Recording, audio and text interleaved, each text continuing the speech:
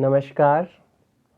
हमारे साथ एक बहुत ही ख़ास दोस्त हैं जो क्वांटिटेटिव फाइनेंस की साइड से आते हैं, तो हमने सोचा क्यों ना उनसे थोड़ा आज ज्ञान लिया जाए। तो शुरू करते हैं।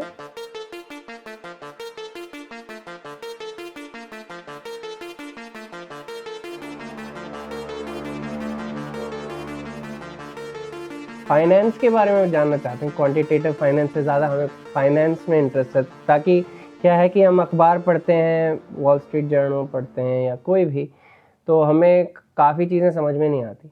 और ऐसा भी है कि हम ये भी जानना चाहते हैं कि कैसे हम इन्वेस्ट कर सकें, कैसे थोड़ा सा बेसिक ज्ञान लेके कुछ मेंटल मॉडल यूज़ करके हम इन्वेस्ट कर सकें।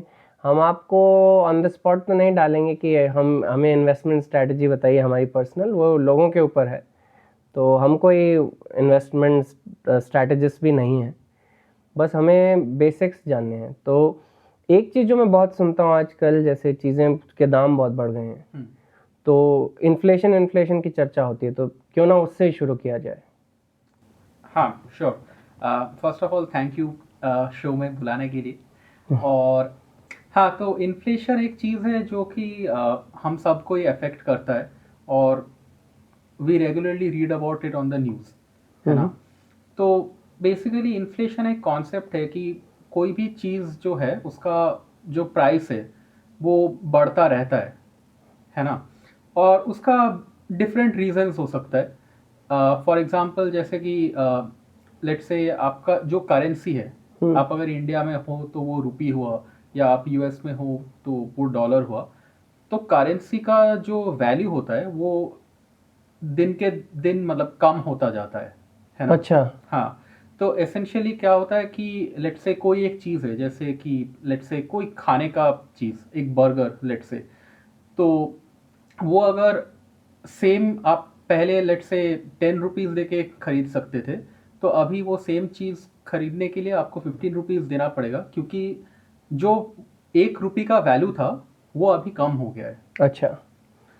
तो यही बेसिक मतलब कॉन्सेप्ट है इन्फ्लेशन का। अच्छा, ये स्टेबल क्यों नहीं रहती? Just like that, I mean the sense अच्छा। कि ठीक है, मतलब उसके अंडरलाइंग रीजंस क्या है that is not relevant, Important. उसको टैकल कैसे करना है that is more That important is to the more common important. Man. ठीक है, दैट मेक्स सेंस। चलिए इस वीडियो के पर्पस के लिए हम ये बात मान लेते हैं कि वैल्यू कम होती जा रही है। तो ये जो वैल्यू कम होती जा रही है, तो जैसे सोना भी होता है लोगों के पास, और सोना जनरेशन में आगे भी बढ़ाते हैं लोग, तो उसकी वैल्यू का के लेके भी एक सवाल है क्या कि वो सोना नहीं रखना चाहिए, या सोने की वैल्यू तो बढ़ती रहेगी, या कुछ गारंटीज हैं या नहीं है गारंटीज किसी भी चीज़? तो जैसे मैंने अभी बोला कि वो थोड़ा डेप्थ में जाना पड़ेगा, बट एक सिंपल चीज़ आप जैसे सोना के रिस्पेक्ट में आपको मैं एक्सप्लेन कर सकता हूँ।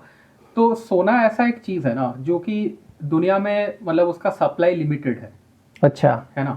मतलब दुनिया में मे बी एक सर्टेन किलो ऑफ सोना ही एग्जिस्ट करता है। अच्छा। बट पैसा एक चीज़ है जो आप प्रिंट भी कर सकते हो, अच्छा। है ना। जो मिंट है या जो भी है वहां पर आप पैसा Yes. प्रिंट हो सकता है। तो अगर आप लेट से दुनिया में अभी लेट से 100 नोट्स है, राइट। अगर आपने और 100 नोट्स छाप दिए, तो Yes. एसेंशियली पहले जो एक नोट का एक्चुअल वैल्यू था वो हाफ हो गया नहीं। हाँ बट सोना तो लिमिटेड ही है, सोना को जी। आप आर्टिफिशियली बढ़ा ही नहीं सकते, तो इसीलिए सोना का वैल्यू कांस्टेंट रहता है। अच्छा। कांस्टेंट रहता है मतलब इन द सेंस कि वो बढ़ता है in terms of the money which is printed. तो जैसे अच्छा। पहले अगर एक सोना का प्राइस था लेट से $1, तो अभी उसका प्राइस हो जाएगा $2, क्योंकि आपका डॉलर का वैल्यू हाफ हो गया है बिकॉज अच्छा। Of printing money. अच्छा, और प्रिंटिंग मनी भी थोड़ा रेलेवेंट नहीं है इस टॉपिक के लिए, लेकिन अगर कुछ इजी सा कुछ सिंप्लीफिकेशन बताया जाए कि गवर्नमेंट के पास सब कुछ पावर है, कितना ही पैसा छाप सकते हैं और वैल्यू कम कर सकते हैं, बढ़ा सकते हैं, उसका कोई इन्फ्लेशन से लेना देना है या नहीं? इन्फ्लेशन से लेना देना है, एकदम है।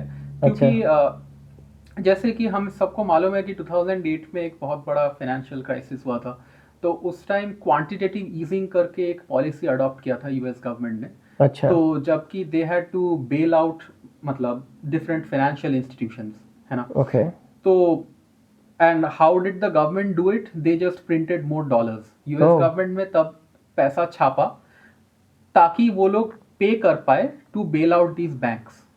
ओके. बट एसेंशियली क्या हुआ, ठीक है, मतलब पैसा तो आपने दे दिया, जी. बट एक्चुअल जो वैल्यू है पैसा का वो कम हो गया ओके. उसके बाद.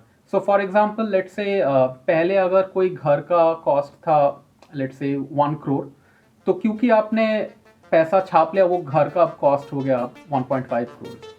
अच्छा, तो इसका Although- लेना देना है Yes. उससे. Although गवर्नमेंट ठीक है बच गया पैसा छाप के, but that affects the common man pretty harshly.